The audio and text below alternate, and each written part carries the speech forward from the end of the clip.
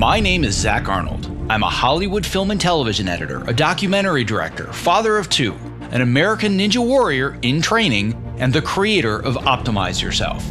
For over 10 years now, I have obsessively searched for every possible way to optimize my own creative and athletic performance, and now I'm here to shorten your learning curve.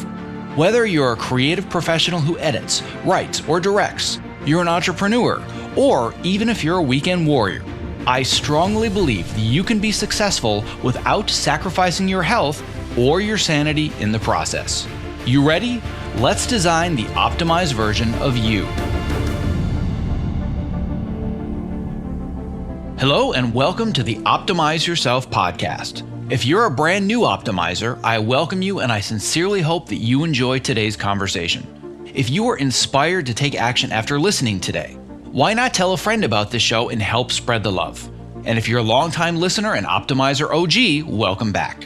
Whether you're brand new or you're a seasoned vet, if you have just 10 seconds today, it would mean the world to me if you clicked the subscribe button in your podcast app of choice.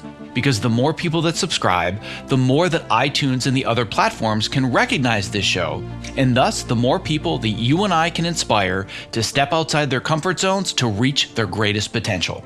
And now onto today's show. When editor Marcella Garcia originally reached out to me in January because she was stuck in the wrong place in her career and wanted to make a seemingly impossible transition into the world of long-form scripted entertainment, she definitely did not expect to send this message just 6 months later in the Optimizer Slack community. Cue the air horns and the confetti. I have a win to announce. Ladies and gentlemen, after a rigorous 6 months, I am proud to announce that I have my first scripted AE Union show. Like Marcella, when people come to me for help, they commonly describe themselves as feeling stuck, overwhelmed, burned out, and ready to change. They are burdened with limiting beliefs that convince them that they simply can't change, and they have no idea what the path looks like to get where they want to go next. Now, whether that sounds like just a bunch of personal growth jargon to you or not, that's irrelevant. What matters are results. Marcella is a shining example of what is possible when you put in the work. Growing up in San Antonio, Texas, Marcella just didn't see a lot of other Mexican-American women becoming Hollywood film and television editors.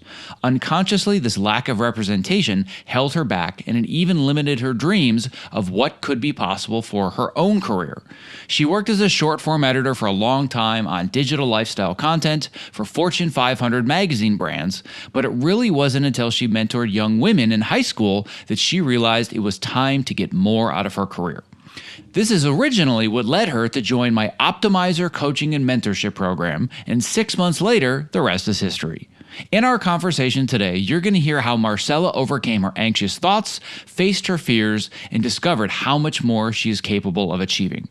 You're also going to learn how she created a very clear and a very doable path that has not only led her to her first job as an AE in scripted TV, but she is now also mentoring other young women to pursue their passions in film and television so she can become the representation that she never had. Now, if today's interview inspires you to take the next steps towards designing a more fulfilling career path that not only aligns you with work you are passionate about, but also includes some semblance of, work-life balance maybe, and especially if you would like support, mentorship, and a community that can help you turn your goals into a reality, I am excited to announce that fall enrollment is officially open for my Optimizer coaching and mentorship program.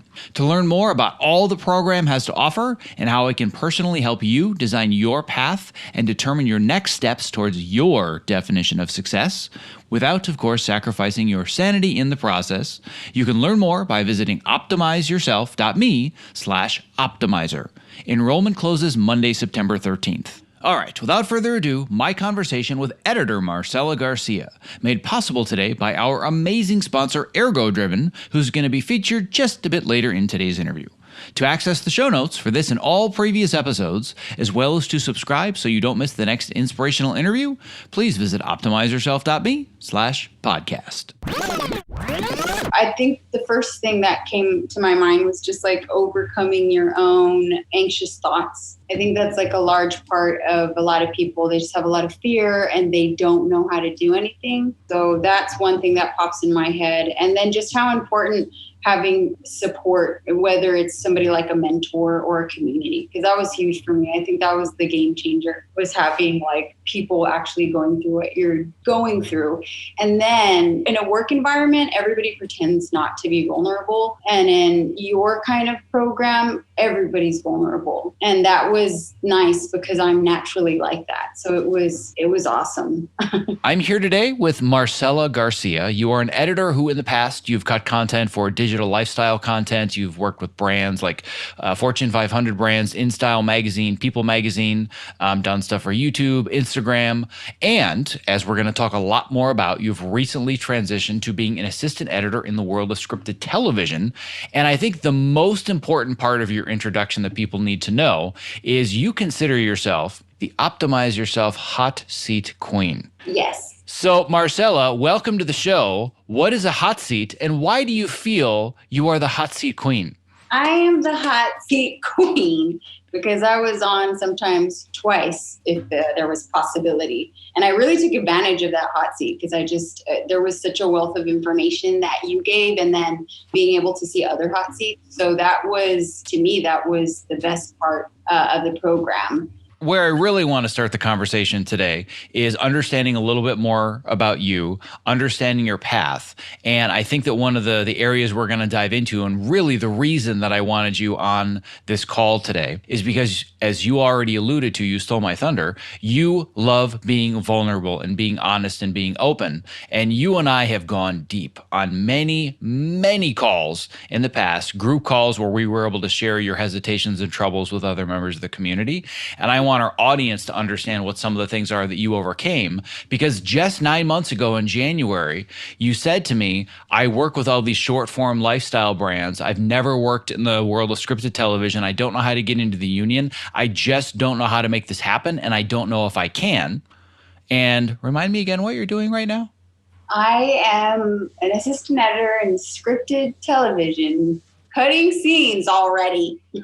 I love it. So let's go back to the beginning, and I want to talk about where Marcella came from and how you got to the point where we found each other in January. So yeah, in January, I remember I was editing for some, Fortune 500 companies, a lot of online content.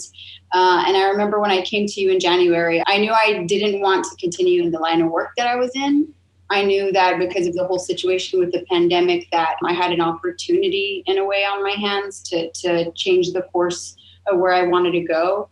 And I had dabbled in scripted before with some non-union shows. And in January, I really wanted to figure out what was going to be my path. And I knew I really enjoyed scripted because at that point I had helped with a short. I had done a mentor workshop through the union, but I was really overwhelmed and anxious and nervous. And I just didn't know what that world looked like. So if I didn't know how that world looked like, then I didn't know how to even go down that path. So I felt stuck in January when I had the call with you. I didn't know what to do. Yeah, I actually went through the transcript of the very first time that you and I talked, which is always surreal for me because once I work with somebody, I get to know them so well. And when I was listening to it, I was like, I can't believe this was like 9 months ago. I feel like I've known you for years now. But talking about our very first conversation, and you said, I just don't know what to do. It was just like there's this big giant barrier, this huge wall in front of you where all of the answers were on the other side of it and you just couldn't break through. Yeah, it was. Yeah, there were a lot of unknowns. And I think that was the big key word I remember going through your program. It's just like there were things that I didn't know that I knew I had to learn somehow. And your program helped tremendously. Well, I want to make sure that we dig into some of the little nuggets that have been aha moments for you because I can always tell when it clicks for you because you're just like, yes, okay, I get it now. Totally makes sense. I'm going to do that. Like you have these moments. It's very animated. So I want to eventually get to some of those aha moments so we can share them with people because I don't hide anything. It's not a matter of, oh, well, shh, don't tell anybody the good stuff. They have to pay the money to join the program, right? The program is for the accountability in the community. The tips, the strategies, I write about all this stuff. I talk about all this stuff everywhere. But before we get to all the goodies, I want to dig a little bit more into your background because I know that your heritage and your background and where you came from plays a big part in a lot of the anxiety and the overwhelm and the hesitation about trying to break into this industry. Yeah. So when you say that, I mean, the main thing that pops up is, prior to getting into your program, there were a lot of limiting beliefs. I didn't see a lot of, people like women. I didn't know a lot of, can I talk about that? I'm sorry. You can talk about anything you want. There is nothing off limits. So, and this is actually one of those areas where I prefer you to be very vulnerable and open and honest. Okay, cool. Okay, yeah, I needed that. So prior to your program, there were, I started late in the game. So I started, I don't know, in my mid 30s as far as wanting to go into scripted. And so prior to that, I didn't know, but I had a lot of limiting beliefs. So I hadn't seen a lot of women as editors in scripted. I hadn't seen a lot of Mexican American women specifically. And I think because when you don't really see that representation, you don't know, but it really, like, I don't know why this is breaking me up so much. You don't believe that it's possible. So I think for a long time growing up, it wasn't a job role that I thought I could do. So ultimately, not seeing that representation in there, but then, moving to New York, then moving to LA, and seeing that there actually were women editors, and then seeing that there were some Latina women editors, it made me start seeing my dream as possible. And so I started just to explore those options more. So it made me, as a Mexican American woman, want to just continue leveling up and learning more and meeting more people so that ultimately I could myself be the representation, because ultimately, after all is said and done and I continue learning your awesome skills through each program, I do want to give back to, young Mexican American women so they could see, hey, we're here too. Our color of the rainbow is here as well in the creative arts. And I think because you're able to get more from the creative arts and more impactful film and television series when there's a mix of personalities, and so that's really important to me. So not seeing the representation was a big part of me starting so late in the game. And now seeing some representation and wanting to be a part of that is making me want to go harder so I could give that back. That was a big limiting belief. Well, one of the things that I knew right away that I didn't say to you, and I don't even know if I've ever said it to you, I'm usually a pretty good judge of character. It takes me about 5 to 10 minutes on an introductory call with somebody to know, are they going to be able to make it or not? There are a whole lot of steps that they need to go through. There's going to be a lot of barriers. And specifically in the world of the entertainment industry, there's no timeline. If I have somebody on a call that says, I want to be a doctor, how long is it going to take me? And I say, well, where are you now? This is year 2 of medical school. I can say it's going to take exactly this many years and months before you're a doctor, right? In our industry, there's no way to do that. And there's really no way to say you're ever going to make it. But I have a pretty high success rate of identifying people that I think are going to make it. I knew very quickly talking to you that what was going to happen that has now happened was just going to be a matter of time. But here's the other thing that I saw that I don't even think we've talked about.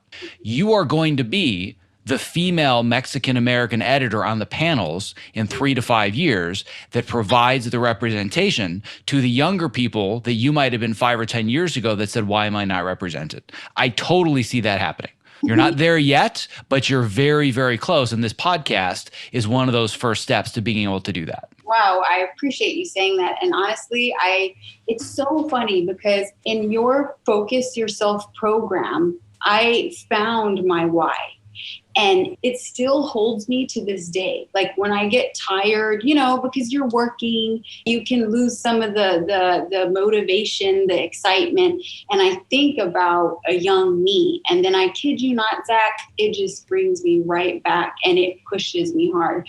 And for you to say that ever since I started in this career, I always had these big dreams of just giving back to the young Mexican American arts and creative women, and especially in my hometown, San Antonio. So anyway, to hear you say that is like, man, I am on the right path, and I feel really good about it. Really good. So thank you. So given that we're going to dive really deep into the darkest depths of who you are as a human being and what drives you, I want to go a little bit deeper into that why, because this is a huge area that we work on in the program. Most people think, oh, cool, we can workshop a resume and you can give me some tweaks on an outreach email. And yes, we do a lot of that.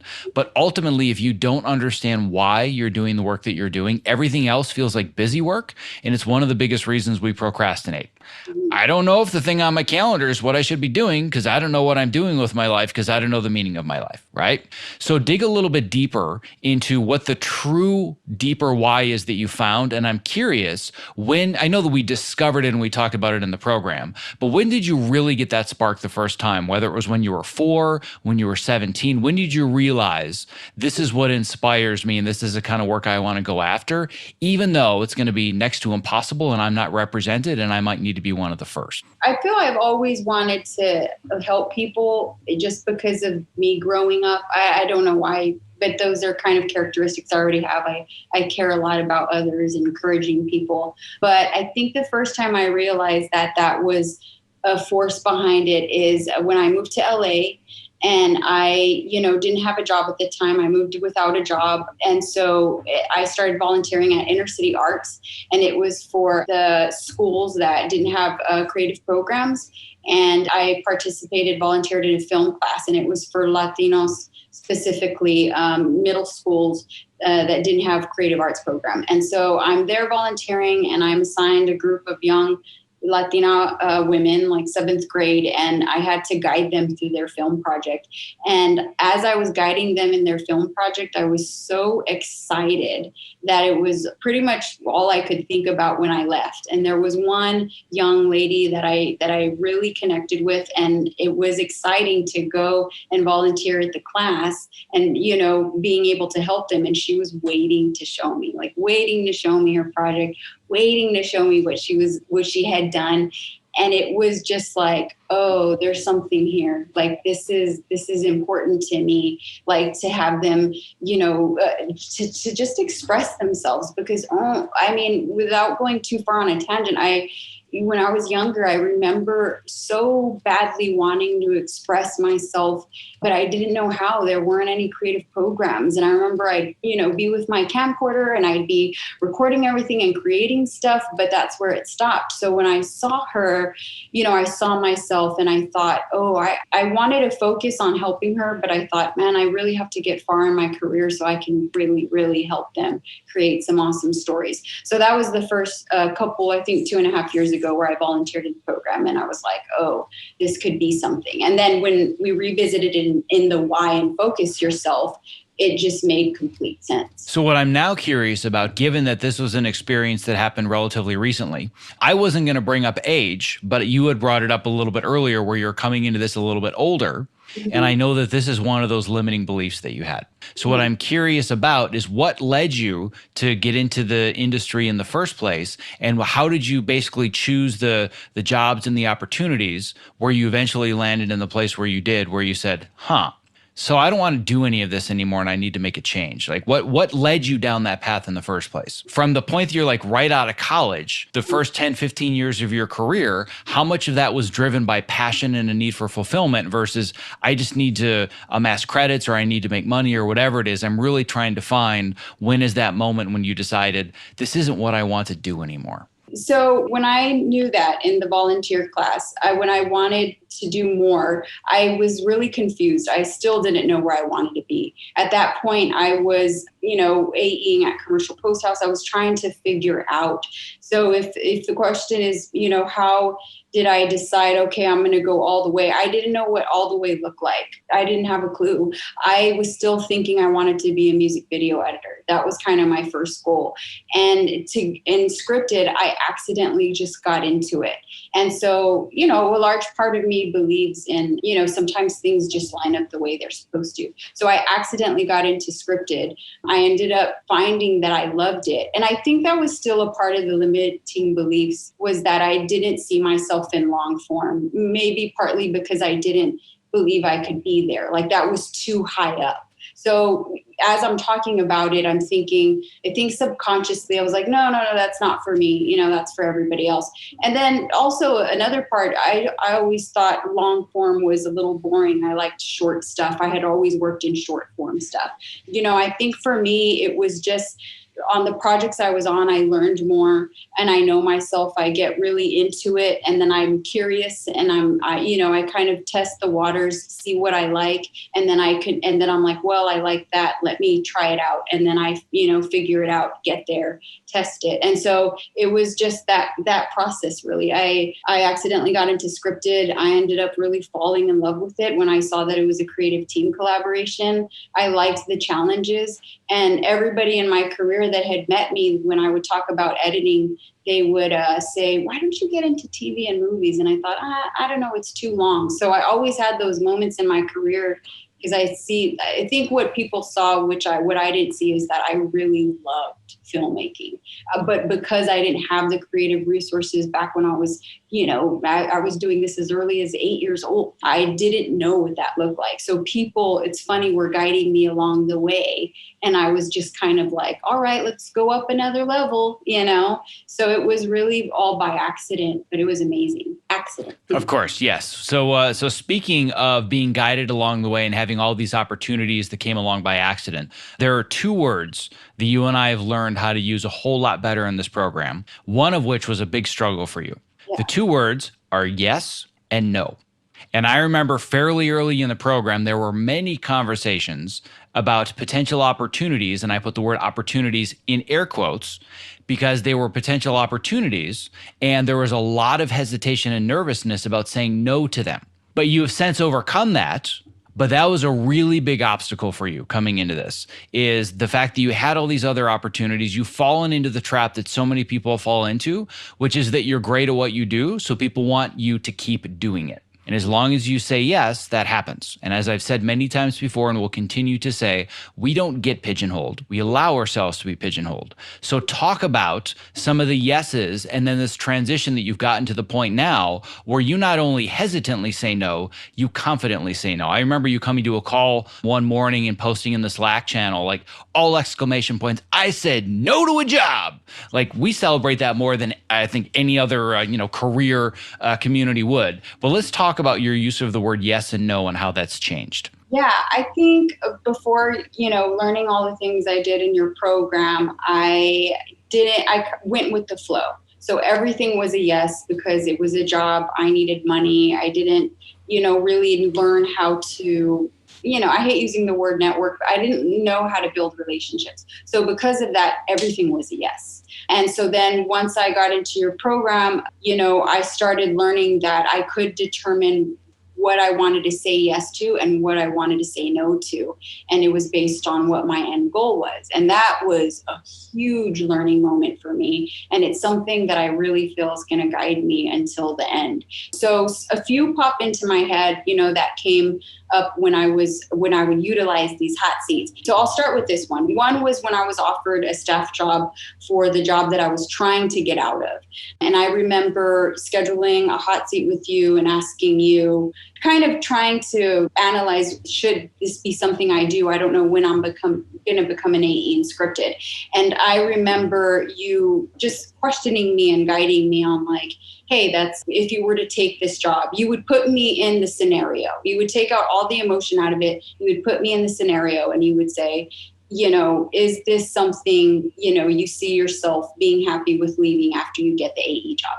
And I remember being like, oh my gosh, this is an obvious no. And so you removing the emotion, being able to me to see it from the actual moment would help guide me. So that was the first one. So that was a no. So I ended up sending them an email and saying, no, I'm going to turn down the staff position. And I'm so glad I did. It's crazy how it worked out. And then the second one was, I remember, I think it was about April. I got in your program in January, and it was amazing. I was learning, at that point, I was learning everything about Avid because I wasn't strong in those Avid skills. And so I started going hard on it.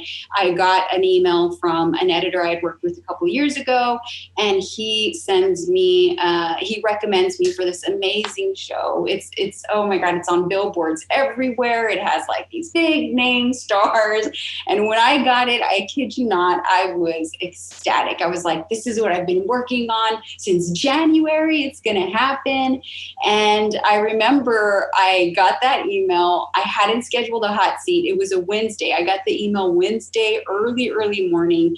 Your hot seat started, and I waited till the end. I signed on to the Zoom call, and I was like, Zach, I got this great opportunity, but, I don't know Avid that well, and again, you just asked the right questions, helped me take the emotion out of it, because there's a lot of nerves, especially when the post producer was going to call me for an interview in an hour.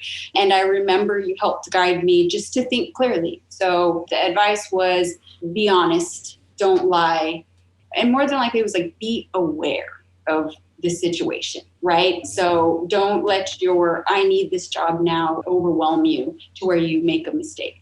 So I had the interview with the post producer. I was honest about my Avid skills, and he so thankfully thanked me for being honest. He said, look, this is a very high visual effects show. Unfortunately, we need somebody a little more keen and avid and proficient.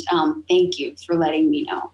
And I didn't realize it then, but I realize it now, because now I'm an A scripted, and I'm so glad I didn't take it. And because of the fact that I had to, I would have ruined my connections. I would have looked dumb. I would have ruined that opportunity with the editor I worked with. I would have ruined that opportunity with him. This industry is really small. In a way, I didn't say no to that. He said no to me. That was a big learning moment. My sincerest apologies for this brief interruption, but if you are a creative professional who spends long hours at your desk and you are searching for a simple and affordable solution to optimize both your energy and your focus, not only is the following promo not an interruption, but listening has the potential to change your life. Here is a brief excerpt from a recent interview that I did with Ergo-Driven co-founder and CEO Kit Perkins, the creator of the Topomat, who's here today to talk about his newest product, New Standard Whole Protein. I'm into health and fitness generally, but I want it to be simple and straightforward. About a year and a half ago, I started adding collagen into my protein shakes. And man, the benefits were like more dramatic than any supplement I've ever seen. So I thought, if I could just get this down to coming out of one jar, and it's ingredients that I know I can trust, and you just put it in water and you don't have to think about it. When people think of protein powders, they think, well, I don't want to get big and bulky, and that's not what this is about. To me, this is about repair. So a big part of what we're talking about here is you are what you eat. Your body's constantly repairing and rebuilding, and the only stuff it can use to repair and rebuild is what you've been eating. Unfortunately, as the years have gone by, every day getting out of bed, it's like, 2 or 3 creaks and pops in the first couple steps, and that I thought you just sort of lived with now. But yeah, once starting the collagen daily or near daily, it's just gone. So for us, job 1A here was make sure it's high quality, and that's grass-fed, 100% pasture-raised cows. And then the second thing, if you're actually going to do it every day, it needs to be simple, it needs to taste good. Well, my goal is that for anybody that is a creative professional like myself that's stuck in front of a computer, number one, they're doing it standing on a Topomat. Number two, they've got a glass of New Standard Protein next to them so they can just fuel their body, fuel their brain. So you and I, my friend, one edit station at a time are going to change the world. And even better for your listeners, with code OPTIMIZE on either a one-time purchase or that first subscribe and save order, 50% off. So if you do that subscribe and save, that's 20% off and 50% off with code OPTIMIZE. That's a fantastic deal. If you're looking for a simple and affordable way to stay energetic, focused, and alleviate the chronic aches and pains that come from living at your computer, I recommend New Standard Whole Protein because it's sourced from high quality ingredients that I trust and it tastes great. To place your first order, visit optimizeyourself.me/newstandard and use the code OPTIMIZE for 50% off your first order. to me, the couple of takeaways that I really want to extract from this before we move forwards, because I would say that of all the conversations we had, you really picked out the two that are the most pivotal moments. The first of which is you have a staff opportunity. And I got the sense that if had that opportunity been offered to you without you being in the program, I think you probably would have taken it. Looking in hindsight, we now know that that would have sent you down a very different path. But it's the second one where I really feel like there was a lot of growth. And the big conversation, like you've already kind of highlighted, is, oh my God, my dream opportunity is here. It's going to happen. This is so exciting. And basically I said, let's simmer down now. Let's just curb our enthusiasm and really talk through this, right? We don't know if it's an opportunity yet, not because you're not ready or it's not a great show or anything else, but we need to ask a simple question. Is this opportunity going to set you up for success, or is it going to set you up for failure? And we had talked through all the different scenarios, and at the time you weren't aware of the scenarios, and I had said it's most likely going to go one of two ways. If they know that you have not a whole lot of experience, then number one, you're going to be in a nurturing environment where you come in, they know that they can guide you through. You've got other assistants to answer your questions. Maybe you're coming in earlier in the process. You can work on dailies and you can kind of ease your way in. And the big question that I always ask everybody is, do you know enough to not fail your first week? And you're like, absolutely, if that's the scenario. And then I said, what if you're just jumping into the middle of a fire pit and bullets are flying everywhere and deadlines were last week and you've got to deliver? Are you going to have a lot of room for questions about Avid and where's this menu item and how do you do your list? And you're like, no, like if I did that, I would probably look really bad and it would burn all those bridges and they'd never hire me back. The unfortunate part is that that was the scenario. The fortunate part, though, is that you were honest and authentic. And now, because of that, yes, you didn't get the gig, but you now have a relationship with a producer that trusts you. So I bet you could go back to that person in 3 or 6 months and say, hey, guess what? I just finished up an entire season. Bring it on. Now I can do it, and now I feel confident. And I thought that was a huge learning moment for you, where even though you didn't technically say no, you put yourself in a position to be turned down, knowing that you weren't going to be serving somebody else and providing value to them. Yeah, and I remember being so sad. And then I remember thinking, did that give me the right advice? and I was a little like, I would go between sadness, a little bit of like mad, and then I was like, no, I know I did the right thing. And it turned out, yeah, I did. I really did. So let's talk about why it ended up becoming the right thing. Let's talk about how you actually made this transition. How did all the pieces come together? Yeah, I mean, it ended up being the right thing because I started figuring out what the right fit was for me. So that was my first introduction into the phrase, the right fit. And then I started figuring out, because I'd schedule hot seats with you all the time and just from the community, I started doing the homework on, well, for a green AE, what opportunities are open to me? And so it was like, well, not a show with high visual effects that needs to get out a show, a re-edit or whatever the next week. So then it was like, oh, okay, maybe a pilot because it's new. So all of these things, I started building the picture of what an actual job could be for me. So from that moment on, it just became a lot of conversation and hot seats, a lot of conversations with AEs that I was reaching out to, and then, thinking out with you through the hot seats. And that led me to to build a plan, which was what skills I needed to learn, because I ended up reaching out to that editor that reached out to me. So through that opportunity, I turned to him to guide me on what he needs from an AE. And then so then he told me sound design, some visual effects. And then when I reached out to other AEs, they would confirm sound design, visual effects. So it gave me a game plan to be confident when that opportunity came. So that's what's from it. Now, hold on a second. I want to clarify something. You're a Mexican-American female that doesn't have the skills. You're older. What business do you have reaching out to editors and other people in this industry? Like, who do you think you are doing that? What's that all about, right? Does that voice sound familiar? Whose voice is that?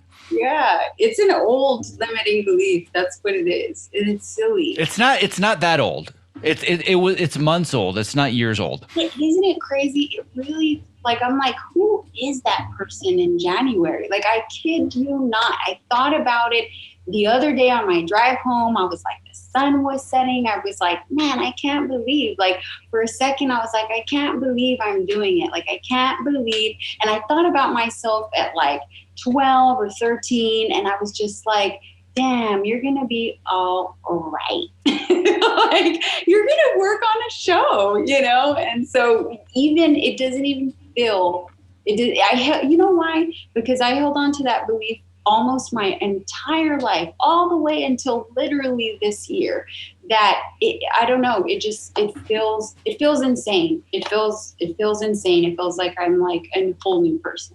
Well, I want to dig even deeper into this idea and this transformation of my entire life. I've held this belief that I don't belong here. Who am I to reach out and ask these questions and build these relationships? And now you're just like an outreach ninja. You're just sending the emails, you're getting responses, you're getting the answers to your questions. What skills do I work on next? And what opportunities are there? Like, you're doing all this stuff, and it's a matter of, you need to take the time, you need to be focused, directed, and you get it done. So what switched when it comes specifically to outreach? We went from an entire lifetime of who am I to think I can do this to, all right, I'm just going to rifle these things out. I'm going to get my questions answered, and I'm going to land me a gig. What's changed? I think what's changed is, one, the first thing that comes to mind is the community. Again, just being immersed in a community where everybody's going through the same thing. So that's the first thing. And then the second thing is, what I learned in your program was taking the emotion and the desperation out of it. And that meaning not thinking about yourself only, you know, because I think a lot of me was like, oh, well, I want to be the best editor, and, you know, I want this and I want that. And in your program, it became like, well, what do they need? You know, what can I give? And also, what's the end goal? Like, what am I really trying to do? And learning that it's not checkers, it's chess, because that was huge. And I actually told that to a coworker the other day. I was like, remember, we're playing chess, not checkers. You're like, what? What are you talking about? What is this madness? I feel like I'm like a little mini Zach. Like, it's just so funny. And, but yeah, so it was so much that goes beyond this podcast. But a lot of it is self-work, right? And letting go of recognizing the limiting beliefs, letting go of them, being a part of a community where you can be vulnerable, you know, and you give such great outreach email advice, but that is a really small percentage of it. It's great advice, but it's everything you do behind that email. That's the real game changer. And I swear, I could go the whole night talking about all the behind the scenes work, but that was a large part of it. At the end of the day, I'm just going to give all my secrets away. I'm going to give away the big secret. And it's probably not a secret because you've done a lot of calls with me and you've seen this. But there's a very simple formula to this. The formula is that once I get a basic idea of the kind of person that I'm going to be working with, like I said, in the first 10 to 15 minutes of an intro call, I get a sense of, is this somebody that's willing to put in the effort in the work or not? Is this somebody that feels entitled and it should just be coming to me? And why am I not getting all my opportunities? Boo-hoo. Versus, I know that I can make this happen. I just don't know how. I can see the difference. All I really need to do in this program is convince you that you can do it. That's it. I knew you could do it. You didn't know that you could do it. You had no idea you were capable of this. I knew 10 minutes into our first call, I'm like, this is so simple. I don't know exactly when it's going to happen, but if I, based on the market and based on our conversation, I would have said by the end of the year. And it took about 8 months. But I could tell. But you were the one that put in all the work, right? But the really big question, once we get past all the limiting beliefs, is how, right? How do I do it? What are the steps? And that's actually an area that I want to dig into a little bit deeper, where maybe I'm going to be putting you back on the hot seat. Shouldn't be a problem because you're the hot seat queen, right? The self-named, self-proclaimed hot seat queen. There's another area that I want to dig into a little bit deeper, where I know that you struggled, and to this day you still struggle, and I struggle with, and it's a very, very common challenge for creative people: analysis paralysis. You and I are like, you know, siblings from another mother when it comes to analysis paralysis, where you can overthink something until the cows come home. Just so many different options, and I've researched all my this and that and the other thing. And like me, you too get very, very stuck in that. So let's talk a little bit more about that, because one of the things when it comes to awareness is we have this concept called the Four Tendencies. And I can put a link in the show notes to an episode that I did with the creator and originator of this, Gretchen Rubin. But we dug deep into this to help you understand which of the four tendencies you struggle with the most. What is the name of that tendency? And let's talk a little bit more about how we helped overcome some of those struggles. Yeah, it was a questioner. So I didn't know it. And I actually thought I was an obliger. So it was pretty, it awakened me when you were like, you're a questioner. And then it all made sense because I questioned so much. I questioned everything to death, which, has me creating, like a list of items. And then because I'm questioning the list of items, it never stops. And then I don't know what to do because I've overwhelmed myself that I end up never doing anything. So yeah, so that was huge. What I'm really interested in, and it's not like we've eradicated it. It's not like I gave you a shot and all of a sudden you're not a questioner anymore. But you've gotten a lot better at making decisions and moving forwards and not getting stuck. What are some of the tips that you've used and how has this become easier for you? This is so common for creative people. It's just who I am. And so I think it's something I'm always gonna struggle with. The way I get out of it really is it's gonna sound so simple. I just stop questioning. I know I'm overthinking when I start getting really anxious. And really that's one method. And then, thinking it out, I just go back to kind of who am I talking to and what is the end goal? That's another thing I utilize. And then I kind of just take a step away from everything. And then I come back and I'm like, oh, it's totally fine the way it is. I'm just going to send this email. So those are the three methods because I know myself pretty well. So if I get anxious, that's a sign right there. And then I, walk away from it. And then I just make sure it answers the end goal and, fits some of the things you've taught me about outreach email or whatever it is in that moment. The other strategy that we've worked on, you may not even be aware that you're now doing it and it kind of came from somewhere. When it comes to questioning and analysis paralysis, I have found, at least for me personally, and I know that we've worked on this as well, is that you've got to give yourself a self-imposed deadline. You know what? I can ask all the questions I want about how to write this outreach email, but at some point, it's got to be on the calendar and I'm sending it. It's that accountability factor. Whether it's self-guided accountability or external, there's a deadline, which is why I live my life by my calendar and my time blocks, because the time blocks say you can spend as much time as you want on this presentation and all the fonts and the color choices until 5 p.m. And then at 5:30 p.m., you got something new you have to move on to. Otherwise, you can spin your wheels for weeks. Yes. No, that was a huge one. And what I loved about when I did the small group, the Advanced Yourself, it was that pressure of also, okay, this next Thursday we're meeting and he gave us a guide and then having to fit that into the calendar. I just had to let it go. So yes, that was a big one. One I'm still learning, I have to say. Oh yes, this is a lesson I still learn to this day. And going back to this idea of the tendencies a little bit, you had mentioned that I thought I was an obliger. Then I realized, digging a little bit deeper, I was a questioner. What I have found helping a lot of people through these tendencies, and this is not, scientifically backed or anything, it's just kind of my own intuition. But I find that there's a tendency by nature and there's a tendency by nurture. So there's a tendency that is just like you said, it is who I am. But then there's also a tendency that often gets conditioned into people.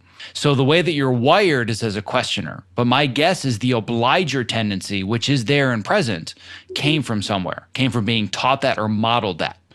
Is there somewhere that you can identify where you think that obliger tendency came from? Trying to think, because I know obliger is when others are wanting you to, like they're holding you accountable. And I'm not, off the top of my head, I'm not too sure. I think it's just, I always wanted people please. I don't know, growing up, that kind of thing. But yeah, nothing that really strikes that I could say. Were you around people pleasers?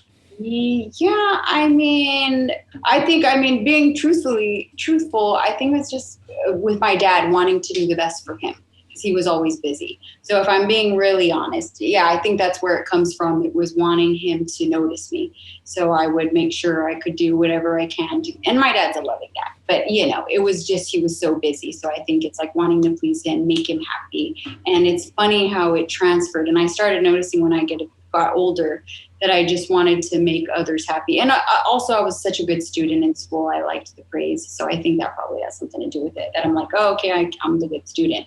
I'm going to get it done. I'm going to be, don't worry. And then when I was editing, everybody started in work relying. They were happy that I could get it done. And I was like, okay, I'm that person that gets it done. You're holding me accountable. I'll get it done. So it's a weird mix of that. And the reason that I bring that up is kind of goes a little bit back full circle to the beginning of the conversation, and where you came to me is it was a long string of yeses to other projects that weren't really a good fit. And the reason, and if for anybody that is listening only, we just had a big mind blown moment from you. Another one of your aha moments. I always know when you have them.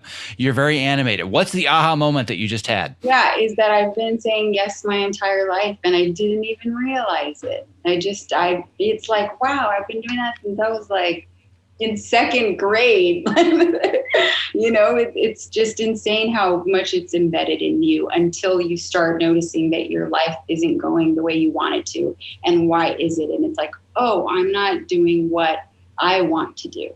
I never thought it was like that. That's huge. Oh my God. And that's what I love about this process of self-discovery is you think that it's all about the external world and you realize, oh, it's the way that my brain is programmed, right? We're just little computers walking around all day long with heartbeats. And we have certain programming, we have certain coding. Some of it comes from genetics, but a lot of it comes from modeled behavior. And we've now just uncovered that a lot of the reason you went down this path and ended up just taking these things that coincidentally happened or accidentally came along was because of a long string of yeses that goes all the way back to tendencies from elementary school. Once you know that and see it, and the reason I bring it up is not to call you out, but there are other people that are probably listening thinking, oh my God, I'm doing that too. Once you start to read the matrix, you never go back. And it's much easier to then design the path forwards because you understand the way that you're coded. And you can't just delete all the code and start over, but you can start to modify it. Yep, exactly. So now for the tail end of this, I want to get a little bit deeper into the weeds and the specifics. We've kind of been alluding to this here and there. And for somebody that's listening, that's like, oh, for the love of God already, would you tell me how you got your job in scripted? Walk me through the small step-by-step pieces to land the gig that finally got you in the pipeline. Yeah, I would say it was recognizing what I needed. Like, basically it was, what did that position entail and what did it require? From a technical aspect and then, kind of just an outreach aspect. So once I broke it down into those two categories, I realized where I was weak, which was I didn't really have, extensive experience in Avid. So I broke it down by outreaching and reaching out to other AEs. I found I made a list of what skills I needed. I looked up tutorials. I did those day in and day out. I actually ended up switching all my projects because I was working from home at the time to Avid. So I could learn, 8 hours a day instead of like 1 or 2. But I think 1 or 2 would be fine too. But yes, I found out what the job required, did the work in those areas where I was weak. And then I just reached out. I found out through outreach that it wasn't editors I was supposed to reach out to. It was AEs, that they were, and they still are the gold. And I'm learning to build my network now. And so once I built that network of AEs, and actually it was being vulnerable in your hot seats that I had messages from people within your community that wanted to support and encourage me. And that caught me off guard because here I am just zoned in like, all right, I'm going to meet with Zach. I'm going to figure the next step out. And then you have people that legit care about you. And that was another thing that I did, another gift I did not see coming. You should charge for that, okay? But that was huge. And so because I was doing the outreach and I was honing in on my weaknesses, my confidence started going up. And at the same time, opportunities started coming in. And that was crazy. I remember like as soon as I started the outreach, because I was feeling confident, I was just like getting interviews almost back to back. And again, every situation and time period is unique, but that had never happened. And I remember telling you in a hot seat, I don't know what's going on, but I'm getting interviews. And you were like, Marcella, it's because you've been doing the work. And I was like, Oh my God, you're right. And that was crazy. That was a crazy moment. And so, yeah, because I did that, I did the work and the outreach, and I was utilizing everything you were telling me. To me was like the Bible. I was taking it that seriously. So once I did that, I actually got it through somebody who worked on a scripted union show that knew somebody, a friend. And then he sent me a text. He's like, hey, there's this position for this show. And then because I wanted to prepare for that position, I went on a hot seat, which is why I am the hot seat queen. And I had the interview, the advice with you on how to prepare. Somebody in your community knew somebody that was the AE that was being replaced on that show. And because she had already been encouraging me and helping me along the way, she said, I can put in a good word for you. And I was like, wow. So then I did the interview, and I watched your, sorry, I'm getting so excited now. I watched your interview process videos, and I kid you not.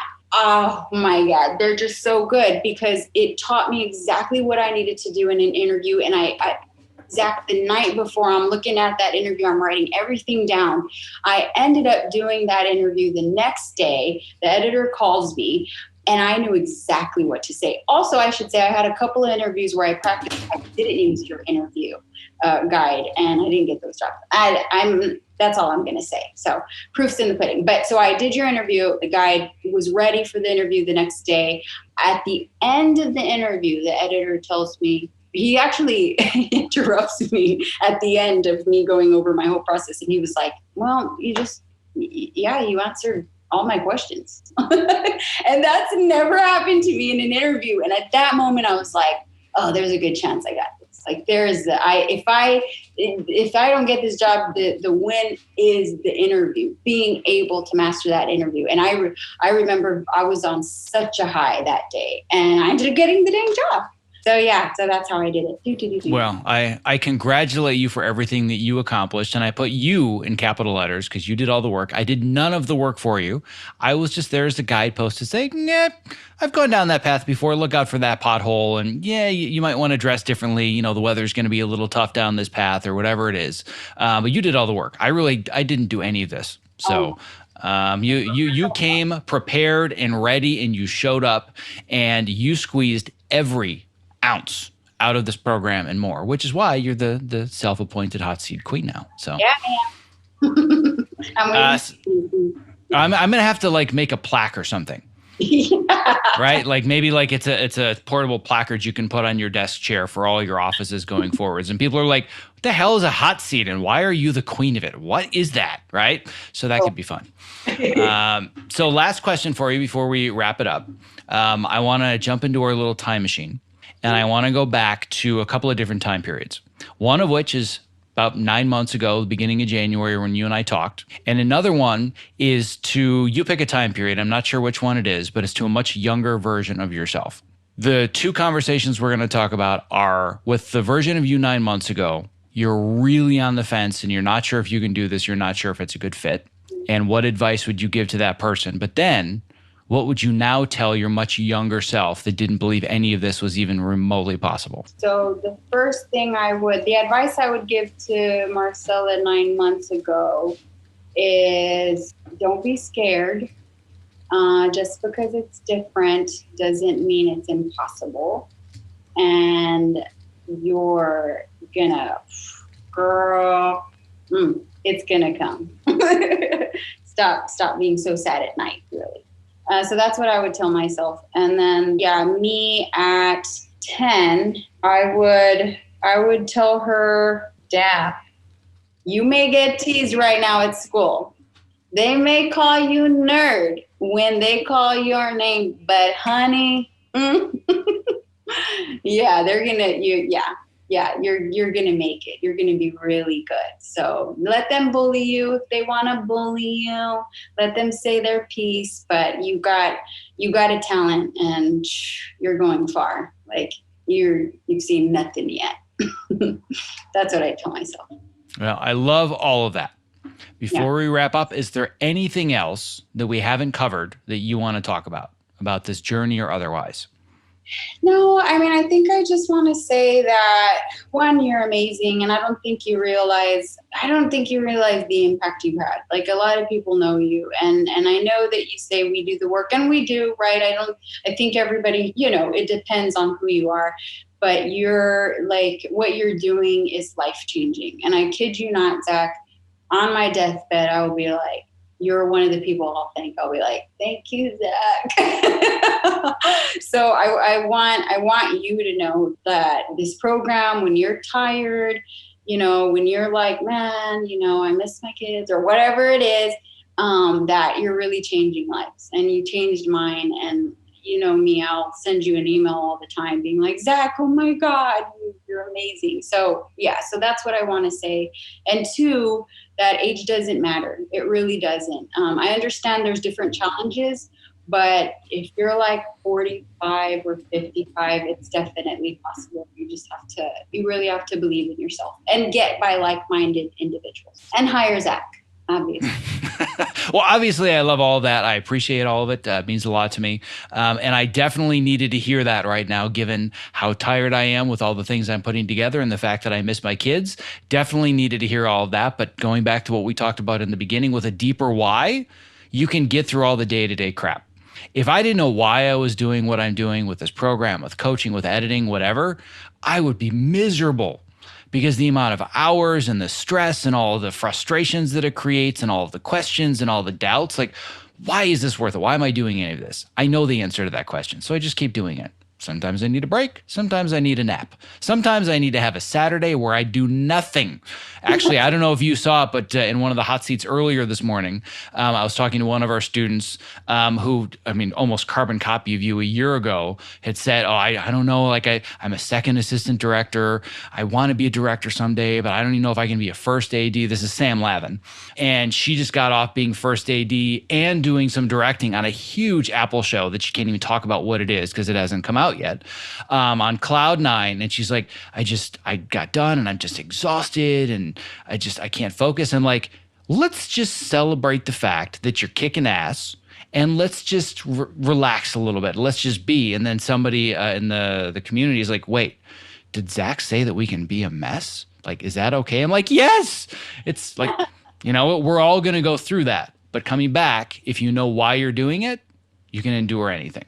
Mm-hmm. Right. So on that note, for anybody that's listening, can they reach out to you if you've inspired them? And if so, how can they connect with you? Yeah, of course. Bring it on. Yeah, I think the best way to reach me is just through my email, because I'm checking it constantly every day, literally. We'll work on that, by the way, this whole checking email constantly. I know. I was right. But yeah, email would be best. And I'm totally game for talking to anybody. Excellent. So then are you okay with us just putting your email address right on the show notes page? So if somebody listens, they go to the show notes for this episode, contact Marcella here, click send message, done. Yeah, for sure. Yeah. Excellent. So word of caution to everybody that's listening. Don't pitch Marcella and ask her if she will consider you. Learn to provide value and build a relationship first, because you are now an outreach email queen and you're going to sniff out the bad outreach real fast. Yeah. So if you're coming at Marcella, you come with value first. Just going to put that out there. On that note, I really appreciate you being a part of the community. I appreciate all of the effort that you have put in. And I appreciate that, given how busy you are right now, taking the time to sit down and chat with me this evening. Anytime. I tell you anything, I'm here. On that note, I thank you for being here. And you and I are going to catch up more on the next hot seat for which you've been anointed the hot seat queen.